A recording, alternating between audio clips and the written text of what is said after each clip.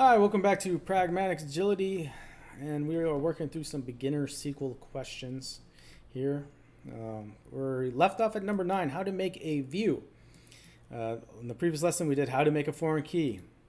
How to make a view. Now that is actually not too bad at all. So let's go ahead and get started. So what is a view? A view is a virtual table that's created by a query that you write.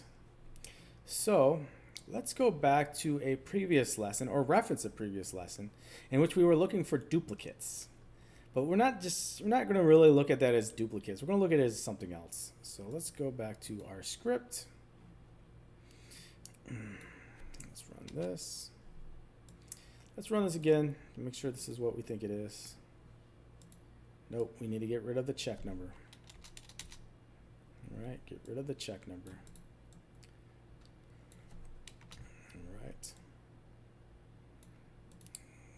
This. Okay.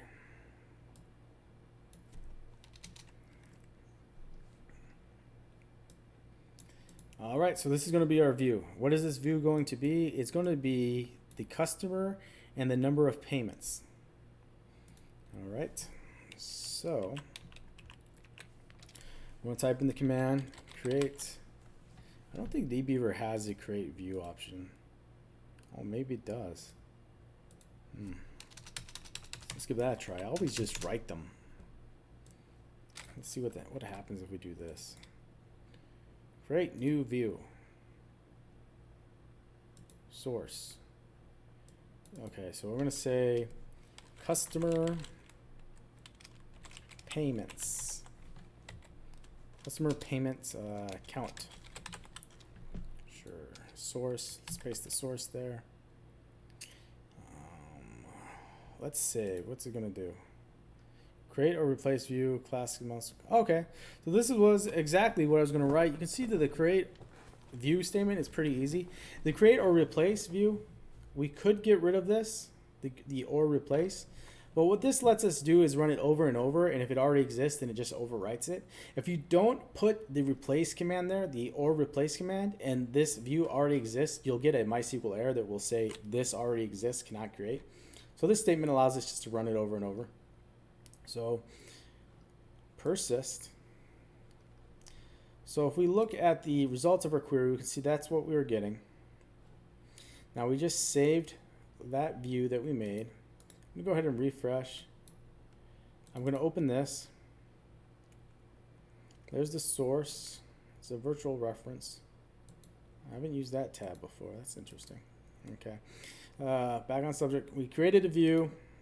It's telling us the columns we have and what's making those columns. If we look at the data, it's the exact same thing that we had in our query. So you might be asking yourself, well, why wouldn't I just write the query? Why do I need a view? Well, the reason you write views or create views is really for two things. One, it will let you or allow you to abstract complexity. So if you have a complicated query, you can make a view out of it. And then if you need to write another query where you reference that data and you want to join it like a regular table, well, if you made it into a view, now you can just join it like a regular table, and that'll be much simpler than writing that whole query potentially in that other query. Now, that's not a great example if you're using this as your reference, because yes, that is a simple query to write, and it wouldn't be that much trouble to just put in another query anyway. But they do get a lot more complicated than that. Another reason to create a view is for security reasons. Let's say you don't want to expose your table structure in your database to a specific user or users. Well, what you can do is you can create a view that user has read access to that's based on some complicated query, and then that user can use that view to get the data they need and not know or not be aware of the table structure that creates that data.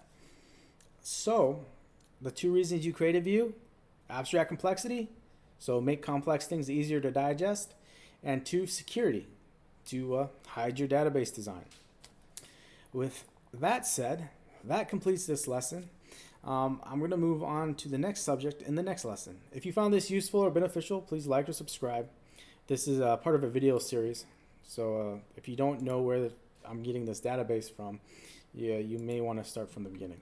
In any case, I hope to see you in the next lesson. Thanks. Bye.